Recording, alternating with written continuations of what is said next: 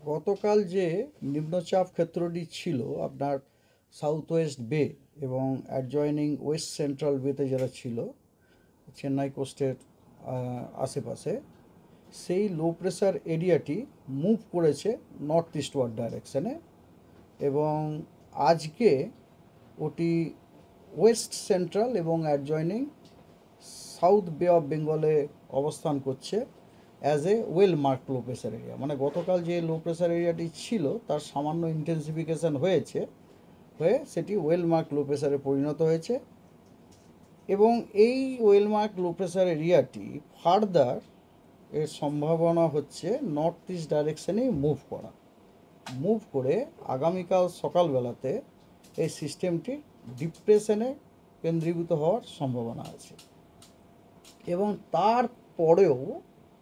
তারপরেও সিস্টেমটি ফার্দার আপনার মুভমেন্ট হওয়ার সম্ভাবনা হচ্ছে এগেন নর্থ ইস্ট ডাইরেকশানে এবং নর্থ ইস্ট ডাইরেকশানে যখন সে মুভ করবে তখন কিন্তু তার ইন্টেন্সিফিকেশনেরও যথেষ্ট সম্ভাবনা আছে এবং ওটি আপনার 25 তারিখে একটি সাইক্লোনিক স্টর্মে ইন্টেন্সিফাই হওয়ার সম্ভাবনা আছে। 25 তারিখ আপনার কোথায় না ইস্ট সেন্ট্রাল বে অফ বেঙ্গলে সকালবেলায়, 25 তারিখ সকালবেলাতে এবং তারপরে 25 তারিখের পর সিস্টেমটির উত্তর দিকে মুভ করার সম্ভাবনা আছে। জিনিসটা বুঝুন, সিস্টেমটা সর্বপ্রথম শুরু হয়েছিল আপনার সাউথ ওয়েস্ট বে অফ বেঙ্গলে, সিস্টেম চলতে শুরু করলো নর্থ ইস্ট ডাইরেক্ট ওয়ার্ড, চলতে ধরুন লো থেকে ওয়েল মার্ক হলো, আজকে আগামীকাল ডিপ্রেশন হবে, তারপরে আরও মুভ করতে আপনার 25 তারিখে মানে পরশু দিনে সেটি হবে সাইক্লোনিক স্টর্ম সকালবেলাতে। তারপরে ওটি কিন্তু উত্তর দিকে মুভ করার সম্ভাবনা আছে, ঠিক আছে। উত্তর দিকে মুভ করে 26 তারিখ নাগাদ ওটি বাংলাদেশ এবং সংলগ্ন পশ্চিমবঙ্গ কোস্টের কাছাকাছি পৌঁছবে। আই রিপিট এগেন, কাছাকাছি পৌঁছবে। আই অ্যাম নট টেলিং যে ওটা হিট করবে, কারণ ওটা এই মুহূর্তে আমরা বলতে পারছি না। তবে কথা হচ্ছে আমরা এখন অলরেডি আমাদের ফোরকাস্ট ট্র্যাক আপনার বেরিয়ে গেছে। সেই ফোরকাস্ট ট্র্যাক যেটা বলছে যে কথা হচ্ছে যে মোস্ট প্রবাবলি এটি আপনার বাংলাদেশ কোস্টকেই হয়তো হিট করবে।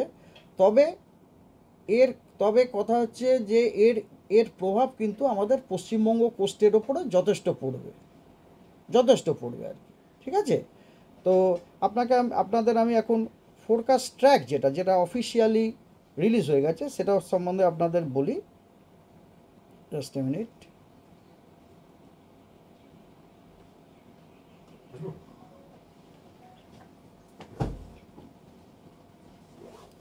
ফোরকাস্ট ট্র্যাক আপনার অলরেডি রিলিজ হয়ে গেছে। সেই ট্র্যাক অনুযায়ী এই ধরুন আজকে 0 GMT-তে ম্যাক্সিমাম সাস্টেন্ড উইন্ড ছিল 15 নট। যখনই নট বলবো তার সাথে 1.8 দিয়ে গুণ করে নেবেন, তাহলে বোঝা যাবে ওটা কত কিলোমিটার পার আওয়ার হয়ে যাবে, বুঝতে পারছেন তো। তারপরে ওটা আগামীকাল ওটা থাকবে আপনার ইস্ট সেন্ট্রাল বেতে, যেমন বললাম ইস্ট সেন্ট্রাল বেতে। তখন আপনার আগামীকাল 0 GMT-তে ম্যাক্সিমাম সাস্টেন উইন্ড 25 নট। তারপরে 25 তারিখেও সেটি ইস্ট সেন্ট্রাল বেতে থাকছে, ম্যাক্সিমাম সাস্টেন উইন্ড হচ্ছে 40 নট। এবং 26 তারিখে 0 GMT-তে আমরা যেটা দেখতে পাচ্ছি 26 তারিখে কিন্তু ওটি সিভিয়ার সাইক্লোনিক স্টর্মে ইন্টেন্সিফাই হওয়ার যথেষ্ট সম্ভাবনা আছে উইথ ম্যাক্সিমাম উইন্ড স্পিড আপনার 55 নট। 55কে 1.8 দিয়ে গুণ করলে কত হয় 55, মানে প্রায় 100-র কাছাকাছি আর কি।